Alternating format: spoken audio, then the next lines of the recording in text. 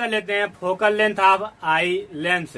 इसी में हम लोग accommodating power of eye lens भी पढ़ेंगे, मतलब नेत्र लेंस की समंजन क्षमता भी पढ़ेंगे। ठीक है, चलिए तो हेडिंग करेंगे फोकल लेंथ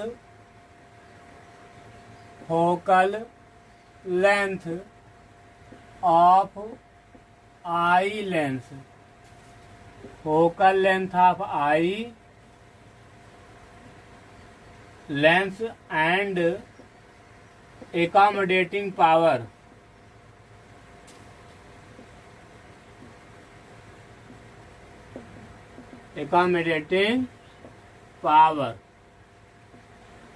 इसकी हिंदी होगी, लिख लीजिए अपने से, नेत्र लेंस की फोकस दूरी तथा समंजन क्षमता, इसकी हिंदी होगी। ठीक है, चलिए तो बात कर लेते हैं किस पर, focal length of eye lens.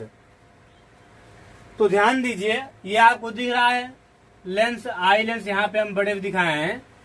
तो अगर इसका हम लोग मुख्य अक्ष खींचे तो ऐसे होगा, देखिए ये होगा मुख्य अक्ष, प्रिंसिपल एक्सिस।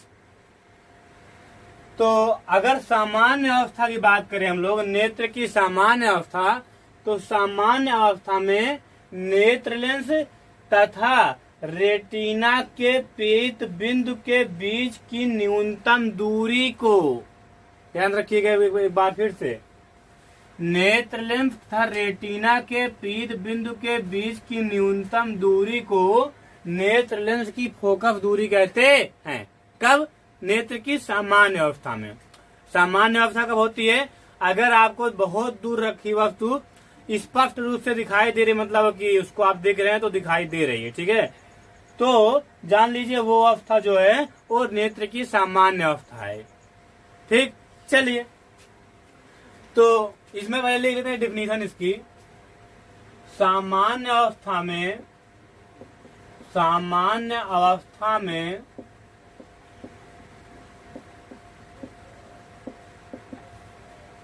नेत्र लेंस की फोकस दूरी, नेत्र लेंस की फोकस दूरी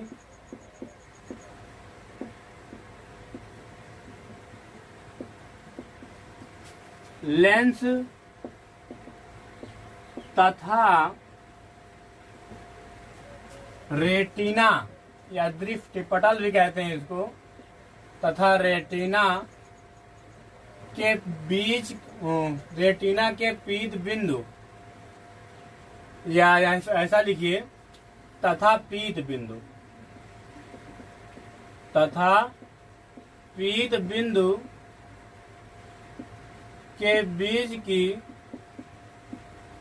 न्यूनतम दूरी, के बीच की न्यूनतम दूरी के बराबर होती है, न्यूनतम दूरी के बराबर होती है। समझ में आ रहा है सबको? बहुत बढ़िया। चलिए तो आप समझ गए होंगे कि सामान्य अवस्था में नेत्र लेंस की फोकस दूरी लेंस तथा पीत बिंदु के बीच की न्यूनतम दूरी के बराबर होती है। मतलब हम नेत्र लेंस तथा रेटिना के बीच की कौन सी दूरी की बात कर रहे हैं, ये देखिए ये। ठीक, और जो यहाँ पे लेंस आपको बहुत मोटा दिख रहा है, ये मोटा बिल्कुल नहीं होता है, बहुत ही पतला होता है। लेकिन यहाँ पे हम फिगर को आपको सही समझाने के लिए इसको हम बड़ा बनाए हैं। ठीक है, चलिए तो ये जो डिस्टेंस है यहाँ से यहाँ तक डिस्टेंस, ये क्या है? नेत्र लेंस की फोकस दूरी ये। और यहाँ पर इस पॉइंट पर नेत्र लेंस का मुख्य फोकस होता है, कैपिटल एफ। ठीक है, चलिए अब आगे बात करते हैं हम लोग।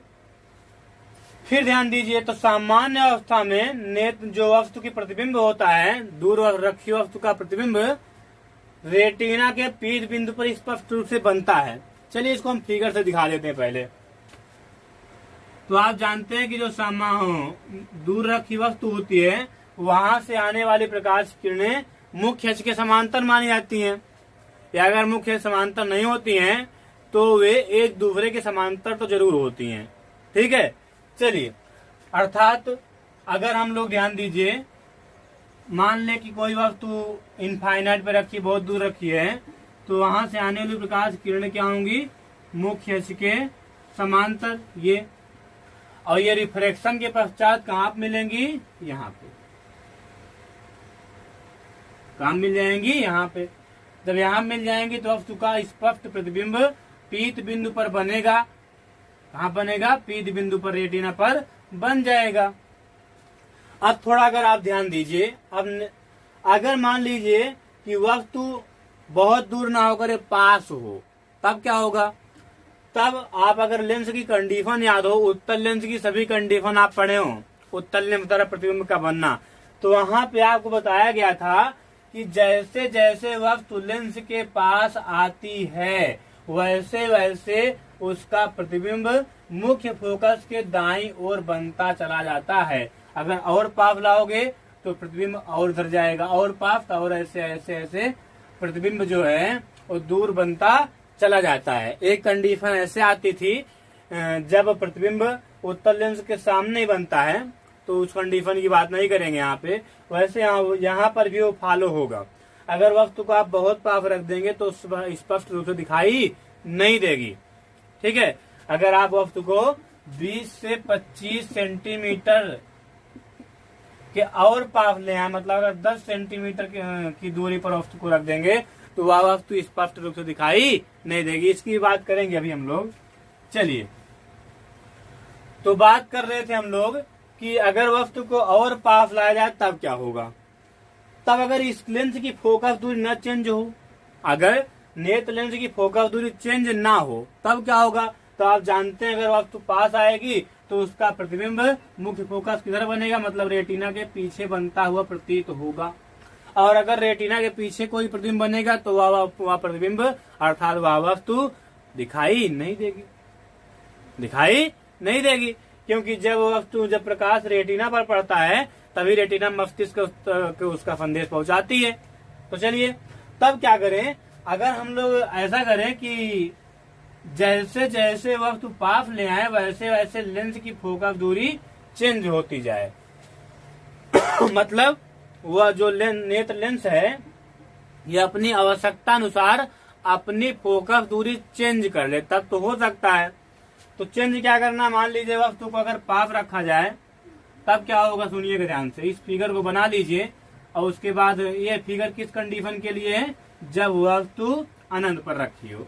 अब दूसरे कंडीशन बनाने के लिए हम तो यहाँ पे मिटा दे रहे हैं, लेकिन आपको दूसरा बनाना पड़ेगा। ठीक है, चलिए, तो आप लोग दूसरा बनाइए फिगर इसी तरह का, और उसमें फिर हमारी तरह दिखाना है। ठीक है, सुनिएगा।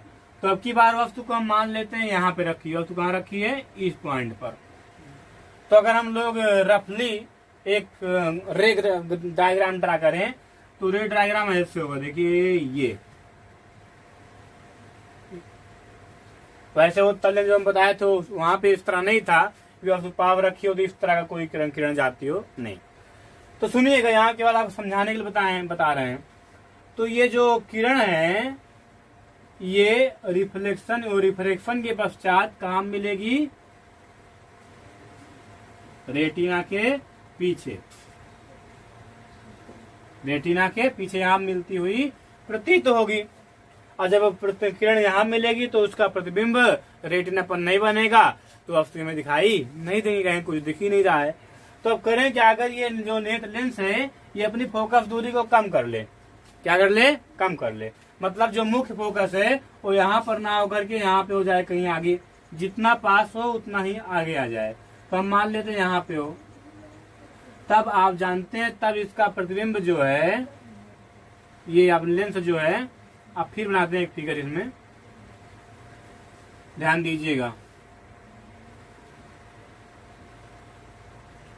तो अब की बार नेत्र लेंस की फोकस दूरी हम लोग चेंज कर दे रहे हैं।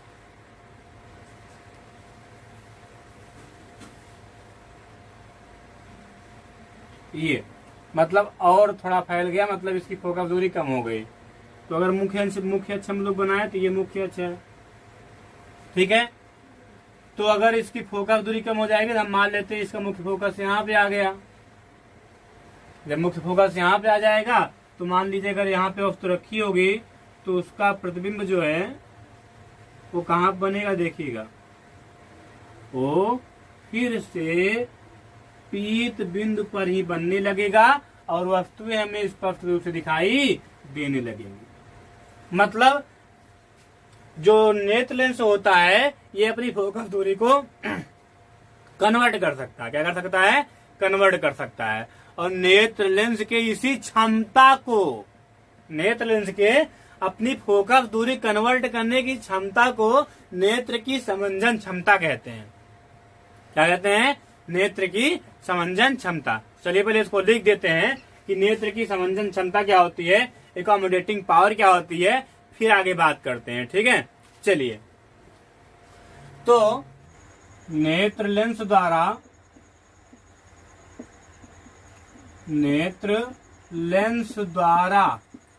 अपनी फोकस दूरी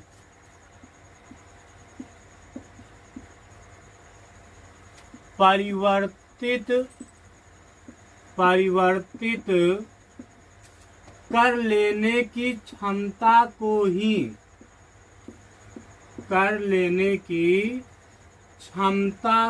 ही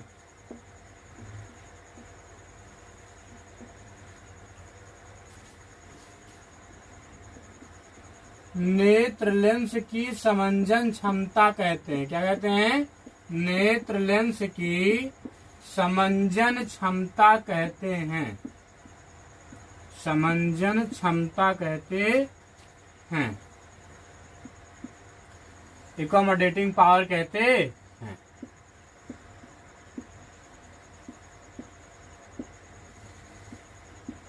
तो समझ गए, नेत्र लेंस द्वारा अपनी फोकस दूरी परिवर्तित कर लेने की क्षमता को ही नेत्र लेंस की समंजन क्षमता कहते हैं। और नेत्र लेंस अपनी फोकस दूरी कैसे सिलियरी मांसपेशियों के द्वारा कन्वर्ट करती है, कैसे सिलियरी मांसपेशियों के हेल्प द्वारा कन्वर्ट करती है, इसको हम आपको बहुत ही अच्छी तरह से समझा चुके हैं। अब अगर आपको कोई क्वेश्चन बनता है तो उसको आप कमेंट बॉक्स में जरूर पूछिएगा। तो पढ़ते रहिए। All the very best.